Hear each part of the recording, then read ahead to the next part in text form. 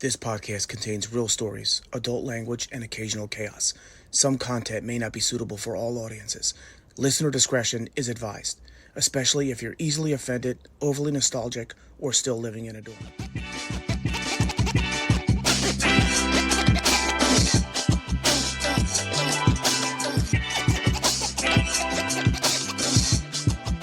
Everybody, welcome back to another episode of Dorm Disorder. This is part 2. So I do want to say, like, when we would go into the chapel, like when you're a senior, you get to walk in, you get to stroll right down the middle and walk to the front. And that's like the coolest shit ever, to just be able to walk. Like, you come in last, and all eyes are on you. Yeah. And that class was the first time I looked and I was like, oh shit, like I'm close to this now because of where I was positioned. Watching them walk in those blue blazers, and I'm like, shit, I need a blue blazer. Like, it just, and they carried themselves with swag. Yeah. So it just like, just the swag came in and it just like made me want to get there. So I looked up to them even more from that first chapel service. Like, that was my goal at that point, because when you're younger, you're just trying to get through a day, and then you're trying to get through a year, or you're trying to get through a month. Yeah. But when you get to high school and you're close to those seniors and you see the perks they're getting, then that becomes the goal. Like, that was the goal. It took me an extra year to get there, but that was the goal. Yeah, we had those same kind of feelings, you know, and our feeling came, like, we felt, I don't know, it's hard to put this into a word, but our major year was 7th grade, Mariner Hall. You know, a lot of transitions happened between 6th and 7th grade, 7th grade being a major. Yeah. You know, because this is before Merchant Hall. Merchant Hall, we saw that as independence. You know, that was our independence. You know, that was our separation from S to a better S. You know, Mr. Saunders was the better version of the S. And he, you know, made sure we became the men that we were going to become, because, you know, was it the military thing? I don't know, but we saw how once the guys got in 8th grade at Merchant Hall, they got sturdy, you know, because Mr. Saunders didn't really play a whole lot of BS. Did not. And, you know, all the BS was happening from 7th grade down, you know, It was happening. So it seemed like in 7th grade, our whole class was retained on retention. Now, it seemed like that retention stuff happened only that year. Right. I don't remember 6th grade and retention and 5th grade or ever hearing that word. But when retention for the 7th grade came, it looked like our whole entire class was retained. Like, we had to stay there for the weekend, study hall, extra study. You maybe could go home Saturday, but you had to stay Friday night for extended study hall because everybody seemed to be failing. Yeah. Like, how are we all failing? Like, what's going on? Like, you know, they're changing this. They're changing the curve system. Yeah. A is now a 93 to a 91. Yeah. You know, we got, I don't know, all different curriculum, electives. We got all this different stuff happening. We shortening the middle school. We expanding the middle school. We doing this, you know, all these different things. And it seemed like it's happening to our class first. Okay. Without us knowing, you know, we just going through it and figuring it out later. But, you know, if you made it past Mariner and the Merchant, then you going to make it through high school. So, you know, I don't remember a class that we really looked up to. You know, we used to get chased around a lot by 87. We got chased off the senior walk a lot by 88. You know, Doug Cooper and you know, they stayed on our ASS. 91, not really. You know, I mean, not 91. 89. We didn't fare them too much. You know, we felt like we was them or maybe better than them in a lot of ways, which we wasn't. But you know, we didn't feel like there was competition for us. We felt our competition was somewhere else. Yeah. You know, just for us to carry it the way we did. So, you know, once we got to be singers, it felt different for us. Like, it felt like we were already there. Like, you know, we did this already. That's why we started changing stuff. Like, you know, let's see what we could change. Let's see what we could do different. You know, and that's what we did. We tried to find whatever we could do to leave our mark on it, whereas, you know, we did something somebody else didn't do. as a class. Right. But you co-signed a little bit on an argument that I had made in a previous episode that the even number classes were the assholes. I believe it. I believe it. You know, and looking back on it, it seems that way. You know, because it's hard to pinpoint a lot of the odd number classes that were, you know, out of pocket. Yeah. You know, if they were out of pocket, they didn't graduate. So Right, you know, right. And I don't like to say our class was out of pocket, but you know, they let us slide. They let us get away with a whole lot of stuff, man. Even, you know, up to the graduation day.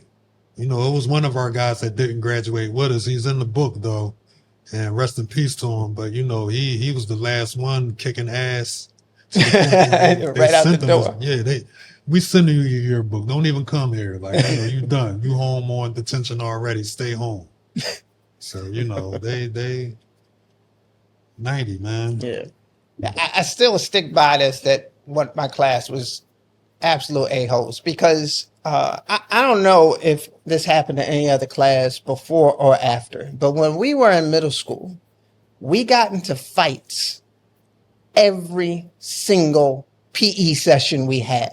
It got so bad that they banned us from having PE Now, for like 3 weeks. You We mean- had no PE fighting amongst each other, or amongst each other. Like on that walk to PE, yeah. from the high school, middle school building to PE, we got into a fight. Somebody was fighting somebody. That's And they just bad. said, you know what?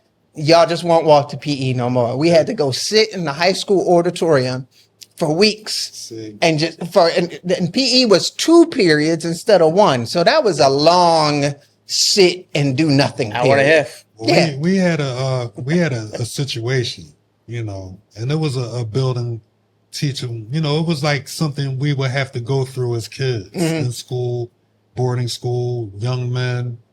Because the girls that came in, they weren't close enough in our age or class to affect anything that was happening with us as far as our daily routine in school. Right. You know, they were too far away from us. They weren't in any of our classes or anywhere around us for us. So it's still all boys in 90 and for us. Right. Yeah. And we're going back and forth to gym.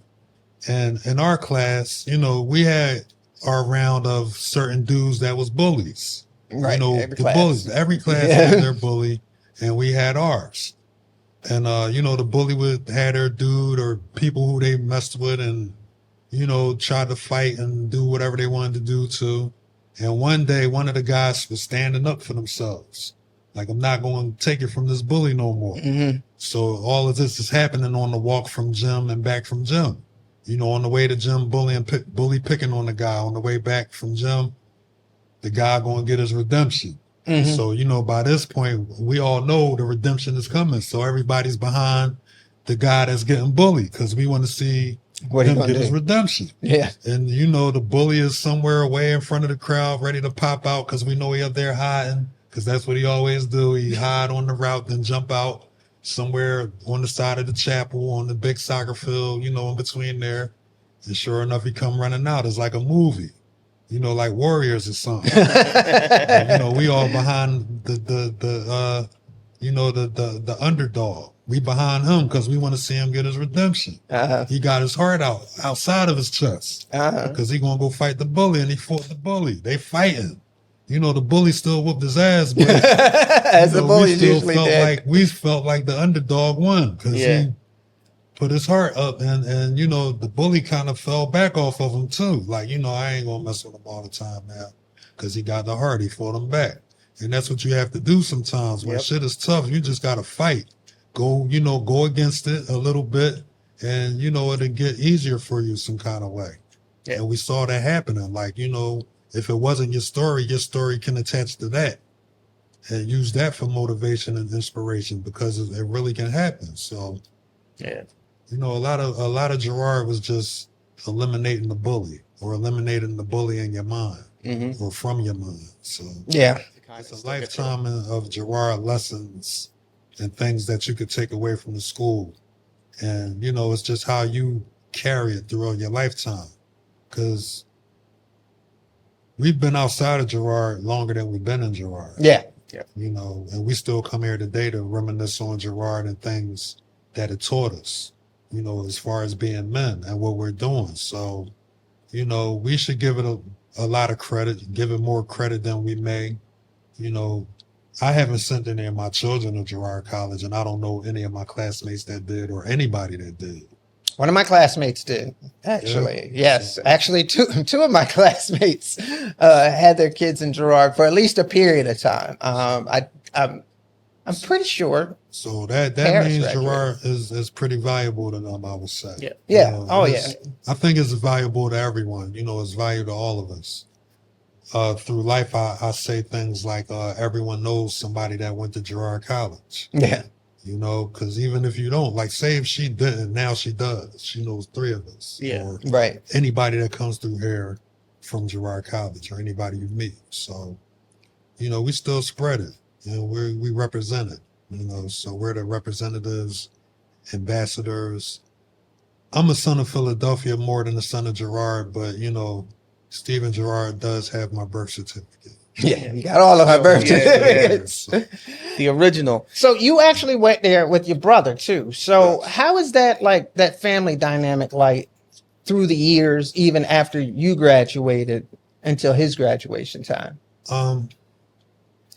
Well, it made me like during my time at Girard, I had to pay closer attention to my brother. Mhm. You know, like I would always have somebody running up to me like, "You better get your brother. You better watch it. You know, whatever he did, he about to make me pay for it." But it's like, come on now, you know. So, you know, sometimes I would have to talk to my brother and tell him to stop messing with people. But then again, you know, he's his own man. He Yeah. gonna do what he want to do. And, Right. you know, it was all right because I looked at other brothers that were there and saw how they were with their brother. Mm-hmm. And I didn't have to be like, you know, my brother's dad or anything like that. All I had to do was just make sure nobody tried to hurt him. Right. And nobody did. So, you know, I think I did my part as far as an older brother is concerned. And yeah, I definitely paid attention to everybody else that had a brother there just to see what their bond was like. Yeah. And I think our bond is all the same. You know, I love my brother. I all my brothers, and I include my Girard brothers as Absolutely. my brothers too. So I just feel like I got a world full of brothers. Yeah. You know, and if they acknowledge and reciprocate the same, is even more. So, you know, it's our heart. Like this is our heart. You know, we're all connected through this Girard bloodline, bloodstream, blood Experience. Yeah. What was it like? Because you started at 5th grade, so you were in junior school. Mm-hmm. Your brother was a couple of grades behind you because I Mhm. think I was closer to him Mm-hmm. in age. Like we were in junior school for a little while, so Yeah. I remember him very fondly. What was that like when that separation happened? When like you're in banker and he's still in junior school? I would have to go to junior school sometimes to meet him when we were going home, you know, because I didn't really see him a lot during the school times in the years once I started going up in Banker Hall and Mariner. But once he became in the middle school, I would see him, you know, Yeah. more often. And again, like, you know, that's my brother and I lived with him forever. So I wasn't trying to look for him every day. You Yeah, know, yeah. that was my time to get away from him sometimes. Right. And he wasn't always the tag along brother that want to be on my ass. So, you know, I was happy for him to have independence, his own friends, his own vision, his own way of doing things. You know, really like, you know, he became his own individual there. Right. And I was happy for that for him because, you know, just speaking on him a little bit, it was hard for him adjusting to Girard College in the beginning. Like, you know, I remember times when he would cry when we about to come to school, you know, and it would make me sad because I know like he don't like it. Like he don't really, you know, but we're doing this. Like, you know, we have to do this. This is our life right now. So Right. I saw how hard it was for him. But, you know, after a while, you know, he got his friends list together and, you know, he got comfortable enough with it where he was able to progress. So, you know. I think it's important, and I think, you know, by not living together in the same dorm, I think that does enable you to have to become your own person and not have anybody to lean on. Like my brother's 2 grades ahead of me, or whatever the case may be. I'm not going to be able to get to him at night. So I think it does teaches you that ability to be your own person, your own individual. to kind of get through Girard. But I do have a serious question for you because we came at the same time. So here's my serious question: what color suitcase did they give you? Because mine was burnt orange.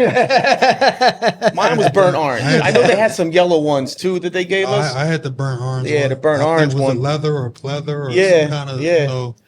And I remember that suitcase being in the basement of my mom's house for decades. Like, Yes. after, Y'all took them Jones home, huh? Yeah, it's so that's what it was for. It was for us to take our clothes I mean, home. but it stayed. Yeah.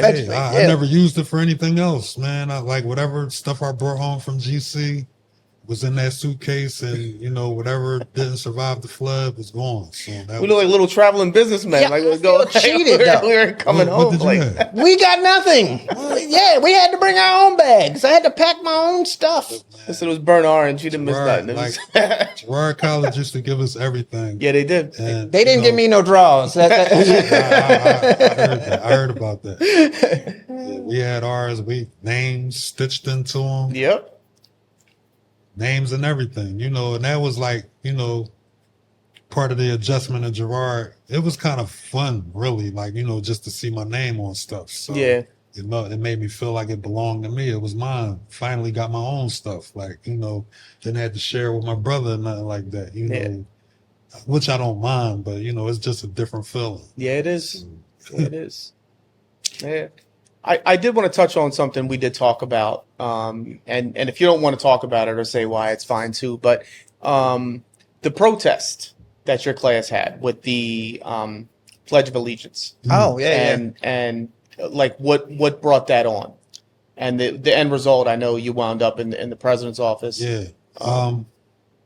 Again, man, these days and times of 88, 89, 90, a lot of the social and political nationalistic ideologies floating around, and, you know, our ability to have protests, you know, that led us to one day say we don't want to stand up for the Pledge of Allegiance inside of this auditorium, inside of, you know, this assembly. And we have assembly every day. So we're in front of the assembly, 11th, 12th grade, we're up there in the front of the crowd. Right. And I think we might have started this, was it 11th grade? You know, 12th grade standing, everybody standing, our class not standing for the Pledge of Allegiance. So it's sticking out, you know, and then by the 12th grade, I think we did it, like we kept doing it until the president of the school called us in for a meeting and told us that we had to stand up for the Pledge of Allegiance. We couldn't have this kind of outward protest because the rest of the students could become affected by it. But, you know, whatever we were trying to protest and argue for, they heard us on our arguments. They tried to mediate whatever our argument was. And I think it was more of us just doing it because we wanted to disrupt the scene. You know, because I don't really know what we was doing it for, you know, at this point now, you know, just to say it's so long this ago. was the reason we did it. But, you know, when you got guys politically charged like Elijah Love, you know what I mean? If he gets you hyped up, you going to do whatever he hyping us up to do, because he was one of our leaders. Yeah. So it's interesting you mentioned Elijah. Do you remember when he came back to Girard? Came back. Oh, Elijah, he came back and gave the entire student body in chapel one day a very powerful and pointed speech. And he started that speech off with, "I'm sorry, but I'm going to exclude some people today. I'm only talking to the young black men that are assembled here today." And fast forward to 2025, boy, was that speech spot on on what he was trying to deliver to us. And I appreciated that he still came back. And again, you talk about our brotherhood and how we care and love for one each other post walking through that door, that gate for that last time as a student. And he gave a very charged, beautiful speech from his heart and from his soul and from his mind about the challenges that we would face once we left Girard. And that is who we are. That is who we are. You know, as leaders and as people like that have a vision and that are a part of a vision and a part of a whole scheme of things, we recognize our position. You know, that was our thing. Like 90, we're going to know where we fit in with whatever's going on. Because we don't want nobody to blindside us and tell us what we can and can't do. We want to know where we're at on the line so we know what we can do, how far we can go and how far we can't go. So Elijah, I mean, I just know based on his family, like they were always aware, like culturally aware, active, and just like, you know, a vision of things that's going to happen. Like I know this with Elijah. His uncle taught at Harrington the year before I got there, maybe longer, but I experienced him the year before I came to Girard. He was a music teacher there. And I didn't know Elijah before Girard, but that connection with his uncle, once I told him that, you know, it just put me and Elijah closer. And he was in section 12 when I got there. So we were there together. He was there, I think, since the first grade. So Elijah really has a story to tell if he ever would come on here. But, you know, that's my brother, man. That's my brother. Absolutely. You know, I can call him right now. So, you know, And anybody from my class, you know, from Cheeseboro, from Jai Hill, you know, Neil McNair, you know, rest in peace, Dwayne Davis. You know, he was somebody that, you know, stood up and stood out. You know, Jeffrey Pope, rest in peace. He stood up and stood out. You know what I mean? I don't know where John Louis Diamonica is today, but he's a standout. You know, there's a bunch of guys that didn't graduate, but I know they still stand out guys, you know, from my class. Well, one of the things you talked about and definitely points to the, like, you guys' unity is we talked about how you guys kind of pushed Jai and, you know, to help him be the athlete that he became for us. Yes, because it comes a point in time in your high school, like your high school endeavors, if you're looking at college or to go further past high school, you know, they're telling you like, well, your academic record is what's going to count. Your grades, whatever you achieve, whatever you become a part of, you know, scholastics and, you know, sports, whatever you can put on your little thing under your name that you did 9, 10, 11, 12th grade. Right. Yep. So Jai, he's always been an athlete, but you know, he got the fire in him to be the top level, you know, Kobe. He wanted to be Kobe back then. Right. And he had the ability to do it. You know, it was within his reach. Like he was physically capable of doing it. And he knew all he had to do was dedicate and lock in. Right. How could he dedicate and lock in? He needed inspiration. Right. He needed somebody to push him a little bit, you know, to drive, the extra drive. Whenever he would stop and get tired, you know, that's me, Elijah, Eric, Sean Miller, you know, anybody that's on the sideline cheering for him during practice. Right. You know, around back in the backyard gym when it's just me and him outside on the basketball court near Mr. Young house, like outside of Allen Hall, out there, outside. Yeah, But, those courts used to have some games on those. Yeah. for real. I still have nightmares about those, honestly. You know, it was like, you know, we saw his potential and we saw where he can go and how far he can make it if he kept working hard. So we shooting the ball with him. Like I hate full court basketball. I'm a roughhouse dude. Right. You know, but I would get out there just to play so he can keep playing. You know, whatever it would take for him to go. Like, then when it comes to the school spirit, like, all right, do we need the crowd hype? Let me go hype up the crowd. Because he's on, you know, he's on the floor and he just the energy that he needs so he can slam dunk. He slam, boom. Everybody cheer. Yeah. So, you know, we did that. Like, and he can tell you that. Welcome to the Terror Dome. Yeah. We put that up there. That was our banner for him. Like, you know, this Air Hill. Air Hill. Forgot about that. And I don't, you know, it was other athletes there, Terrence Wright and, you know, Adrian Miles and Jeffrey Miles and Michael Leatherberry and Odell Kyler and all those other, you know, scholarly athletes that did big shit. Jai was our guy. Yeah. 90. So he did that. That's it. No, that just shows like how important, like, as much as we cared about our own individual success, it was always important to us to push each other to be better. And that was just such a great example. And I'm forgetting because he wasn't only basketball. You know, Jai was our goalie on the soccer team, 8th grade soccer. He was our goalie, like an all-star goalie.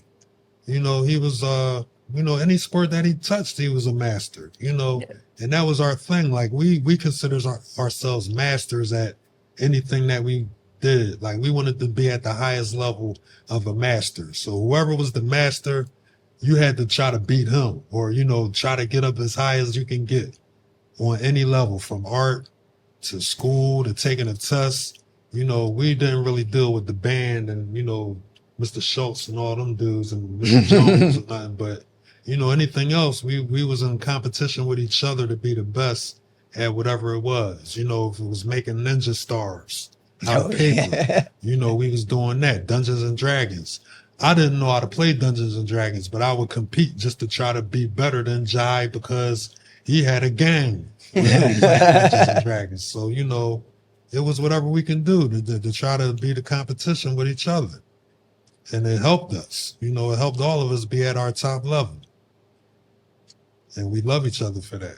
Very artistic, very good at drawing, graffiti, and Founders Day. They had some pictures and some articles out in Founders Hall. We're walking around, and don't I come up to a glass case and I see article by Wardell Ringold, and I said, well, now I got to read this article because that's my man. I'm like, and I'm reading it. It was about a talent show. You know, I'm going, this was another posse. This was the White Boy Posse, who performed a Beastie Boys song. Yeah. And why don't you just tell us a little bit about that article? Okay. Now this is like, you know, my time and my experience with the Girard News and just becoming a writer was like one of my first outward forms of expression that I was good at as a talent. You know, I figured out. I mean, art was always with me, but, you know, writing, I had more ability to write and more times and opportunities to write. And my writing developed to a point where I was able to become on the Girard News. I was part of Girard News before I was even in high school. Yeah. And I had to get like permission from the rest of the school news staff, which were high school students. Like, okay, I had to submit a few articles, like an initiation. And they said, okay, we can work with them. And Mr. Gartside, I think, was like in charge of the newspaper at that time. Yeah. And he was another person, like, you know, I don't know if I would have a favorite teacher, but if there was a favorite teacher or administrator, Mr. Gartside would be mine. That was yours, yeah. Because he helped bring out all of the talent that I had as far as being a journalist, journalism, writing skills. Mr. Stein did too. Yeah. The English teacher, Mr. Stein, because he's the one that actually gave us journals. You know, he gave us a journal. You can write in the journal, and writing for me started with the journal. You know, just writing my thoughts or whatever we could put in the book. And he didn't grade us on the stuff. He would just read it and proofread it and tell us our errors and, you know, talk to us a little bit about it. But it was mostly our diary for us to write whatever we wanted to write. And he would just tighten us up on our technique in writing. So I just expanded from that. But the White Boy Posse, that was just the entertainment dudes on the campus, which were some upperclassmen, I think class of 87, some of the guys. And I'm sorry, I can't think of his name right now, but he was like a talented dude that can rap. He was a white dude. So I wrote the article about him. I think he wrote, he might have won the talent show. But him and two of the guys he was with, they were like, you know, the representation of the Beastie Boys, but they had their own song that they did. Yeah. Nice. You know, my article was about them winning the talent show.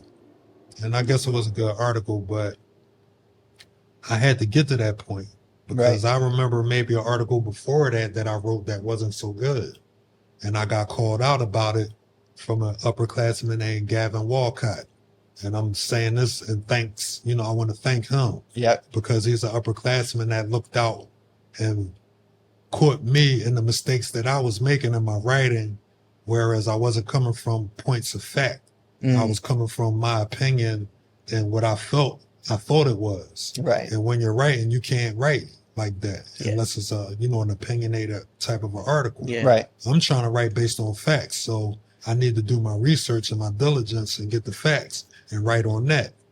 And that's what Gavin taught me, because my article was all wrong and it was still printed in the Girard News. That's how he brought it to me. Like, all of this is wrong. Yeah. And I'm trying to write about music that I don't know about. So, he schooled me on that. So again, Gavin Walcott, wherever you're at, I think class of 87, 86. My God. So what the article was on was the white boy posse wore their jock straps over top of their pants I forgot. when they performed. Yeah, that's what I read. That's what I read on Founders Day. Yeah, So they got in trouble. They were called into the office, but that's basically what the article was on, was the what they did during the performance and the aftermath of what happened afterwards. So I gotta go read that now. yeah, That's the it's drama. interesting. Yeah, Like, it's always a little bit of drama mixed in, man. So, you can't have Girard without some kind of drama in the background. So that's the realness. So I always try to throw in a humdinger, and I don't have nothing too big. But what I do want to know is, what was your favorite food, and what was your worst and most hated food at Girard? Favorite food? I guess it would have to be the waffles, the rectangle shaped waffles, the little mini waffles. Them Jones was hard as rocks, man. How you like them? I don't know, man. It got to a certain point in years where it was like a contest, like how many waffles can we eat? Yeah. Because when they first come out, they're soft. So, Right, yeah. you can get them, put butter on them, and like me and Larry Howard used to have contests of just how many waffles we can eat. So that was the favorite. And I guess the worst food was cream chip beef. Thank you. But Finally. I would tear some cream chip beef up today. That's just a food you don't appreciate as a child. As an adult, that's something that you love. So I spent 13 years in the Army, and cream chip beef, we call that shit on a shingle. Ain't no way I'm eating cream chip they called beef. it there at Girard. They called it there at SOS. Girard. That was, who was it? Miss Myrtle? Miss Myrtle. Yeah. Myrtle had some cakes and some We called gravy. that- Myrtle! We heard it called that there. But yeah, man, cream chip beef probably was the worst. I don't know what was worse than that. I got something worse than that. That chicken a la king. Oh, that out. was pretty horrible. I'm out on it. All I ate that the night when noodles. they served that was the little noodles. That's all I ever ate. Pour that shit on my plate and pour some soy sauce on it and just ate those dry noodles. I mean, I was not eating chicken a la king. We on the topic of food and stuff.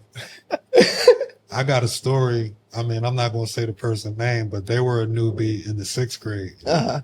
I was a newbie in the 5th grade, so I was ready for the next newbies to come in so I could see what it's like for them. Right. And, one of the newbies came in, and usually you will come in like during the time after school, but before bedtime. So you might be in time for the dinner, for the meal. Right. So, this newbie was in time for the meal, and it seemed like that he was waiting for it. Like, Ready to go. yeah, spaghetti. Spaghetti night. So, when you the newbie, they watching you. They paying attention to what you doing and, how you doing it.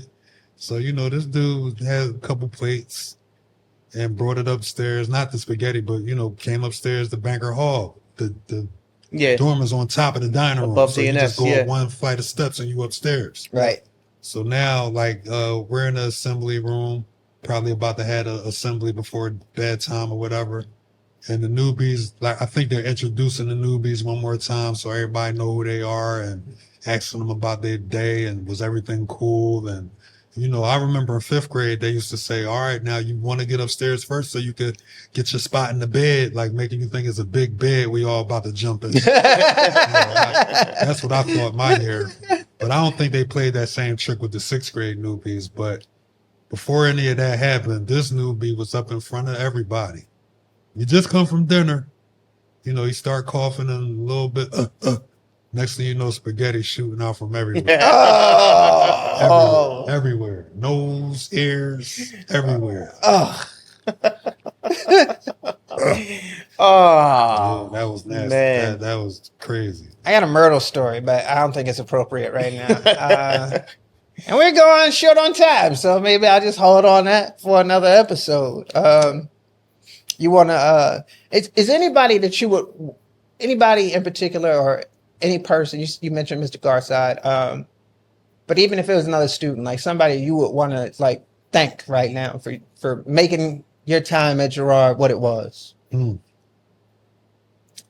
mean, I can name a few people, but off top, I would say like a upperclassman that helped shape my vision and help keep me cool at times when maybe I might have, been upset about things was Mel Young, Demetrius Mel Young. Mm-hmm. Oh yeah. I think he was like class of 86 or 87. Mm-hmm. He was a cool New York dude, and he knew how to draw. He was good at like a wicked style of graffiti, and he was just showing me little things on paper that I can do. And he kind of kept me close as like a big brother. I don't have a big brother or older brother, so you were the big brother. Yeah, I accepted him as my big brother at that time. And everybody really that that had love for me and kept me out of harm's way. I appreciate something out of everybody that I had an interaction with at Girard, really, like, a positive interaction. And even later, I was able to appreciate dudes like Jay Fitzgerald. He used to tease me in my first year. And I think he was close to being a senior. Right. I'm in 5th grade. Picking on me, bro. Like, but I would see him today and thank him because, that kind of like shaped me and made me able to accept things in life. Right. Things coming from different weird angles. Right. Robert Washington, he was another one. I don't know where he is today, and I believe he graduated because I used to have an 87 yearbook. One of them gave me a yearbook. I don't have it anymore, but they cared enough about me to give me a yearbook. Yeah. And I stayed connected at least through the names of some of those older guys, but I don't know, man. The whole class of 88, really, I appreciate and love all those guys. Tracy Lee, Doug Cooper, Derek Sires, Damon Jones, Michael Rogers, that class, all them guys, man. I miss them guys. Yeah. 89, I don't know. I don't see too many of them dudes. Just really Kenny Wilson and Paul Brown. Shout out to Paul Brown and National Mechanics. Hell yeah. Right, Paul Brown and Kenny. Yeah, because if Paul Kenny's didn't have that dude National, I don't know what we could call Founders Day anymore. Yeah. He has made it something special for the last. Well, him and Doug pushes that all the time. But you reminded me of something that Girard did when we first got there. Girard had like a big brother. Oh yeah, they had a big brother program that was upperclassmen, and the person I got, rest in peace, was Derek Campbell. Yeah. So I remember his senior jacket had DAC on it, DAC for that, Yeah. And he was awesome because he would come down to junior school and like talk to me. So when that dude graduated, that was the first time I felt like I was losing somebody that was leaving because he spent that time with me. That's not my thank you, but that just kind of reminded me that Girard did away with that program, or they just didn't want me to mentor anybody because they didn't let me come talk to some younger kids. Yeah. I don't know who they would ever let us mentor because it seemed like we were running people into the ground. I don't know. Well, the person I would thank today is actually one of your classmates. It would be Neil McNair. I was a wrestler. Oh yeah. He was, the guy that I definitely looked up to. You pulling out the old. Thank him. You can thank him. He in there. He can go right there. So, and one of the things that I would say about Neil is not only, he graduated, but he came back. He came back to be a house parent for so many kids. So it's generations of Girardians that know Neil so well. And that's special. That's a special thing to do. Yep. Yeah. And I would say one of the funniest parts of that is like all these kids are calling him Mr. McNair, and me and the rest of us are like, yo, what's up, Neil? That's Mr. McNair. That's Neil. Yeah. Never going to call that guy Mr. McNair. Yeah. You're Neil. This is our different forms, Maybe this is Neil in his greatest form, able to mentor and help these children along in such a way that he was helped. Yeah, You know, it did. the He full did. Yeah. circle effect. Because I don't know, Neil was a different dude. You know, I haven't met anyone like Neil in my life. As far as, you know, another person that's my friend and my brother. Yeah. You know, Neil was really like Puck. If you're familiar with Marvel Comics, Yeah, he was. Alpha Flight. Alpha Flight. I mean, yeah, Neil was Puck, and he was the short dude, but he was so strong. Yep. Yeah. And he wouldn't stop. And you know, the more you try to put him down, the more he'll fight up and get up. He was like the wrestling king of the wrestling team. He ran track, cross country, like it was nothing he couldn't do. You know, he was like a high honor roll student. Yep. You know, he was a great artist. And like Neil was one of the guys that helped get me into the art department with Mr. Kaufman, because I was originally in like mechanic shop or drafting, one of those. Yeah. And I hated that shop. Like I didn't want to do that. Like I don't know how I got in this. I wanted to be in an art shop with my art friends, and you know, I'm trying to convince Mr. Kaufman, and he didn't like me. But you know, the rest of the class convinced him that if I gave him a portfolio and samples of my work, maybe he can consider it. So they told me, Wardell, you better do your best work. Drew something up and showed him, and he let me come into the class. Nice. So, you know, I thank Mr. Kaufman too. Like everybody that looked out for me, man. There's one person that I wouldn't thank, and I'm not gonna thank him. So this weekend I thought about this. I thought about the segment, who I was going to thank, and I only had them for 1 year, but they were very instrumental for me that 1 year, and that was Angie Walker. Miss Walker. Miss Walker treated me as an individual, understood who I was, and basically mentored me my senior year. Made me focus on my grades, called me in when I was wrong. And even when she was kicking me out of class for inappropriate jokes, she still laughed while she was doing it. So I knew she was still cool as shit. But I owe her a lot for the time she spent with me that year. And I don't know how long she stayed after we were gone, if she was only there for 1 year, but she was instrumental. So I don't know, wherever she is, there was 2012, we were going to hang out coming towards Founders Day, and I couldn't make it, but I hope she's doing well and staying successful. But, you know. Well, can I say this? Yeah. You know, I'm happy that, you know, any of this conversation didn't go one way that it could have went, you know, with a person. But on the topic of house parents and, you know, good house parents that were at Girard College that I remember and know, you know, besides like Mr. O'Rourke and Wardell Hall, cool Mr. O'Rourke, I want to say thank you. And, you know, wherever you're at in this world, I appreciate you being in my life for the time you were. Mr. Sullivan, like, I don't know if y'all ever had Mr. Sullivan. He was one of our house parents in Mariner Hall. Miss Adams, she was one. Miss Gina Adams, she was one of our house parents, I believe, in Banker Hall, and maybe also in Mariner. And Mr. Johnson. Mr. Johnson, he was our first house parent when we got to Banker Hall. He had B2, and he was our house parent in B2. And he got called to go to Merchant Hall.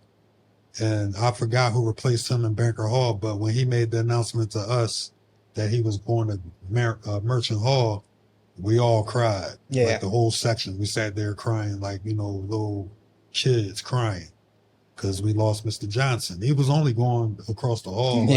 So he wasn't going to be your house parent no more. Yeah, so that, you know, that was part of the things that we had to get over. You know, they would call adversity or, you know, challenges in life, you know, things that are out of your control, but how do you get over them and keep moving on? That was like one of the first things we had to get over as a class. You know, we lost, well, not as a class, but as a section. As a group, That ends this episode of Dorm Disorder Podcast. Please don't forget again, follow, subscribe, like, leave a comment. We need everybody's energy to keep this going. Thank you so much, and we'll see you back next week. In case they give you, because mine was burnt off.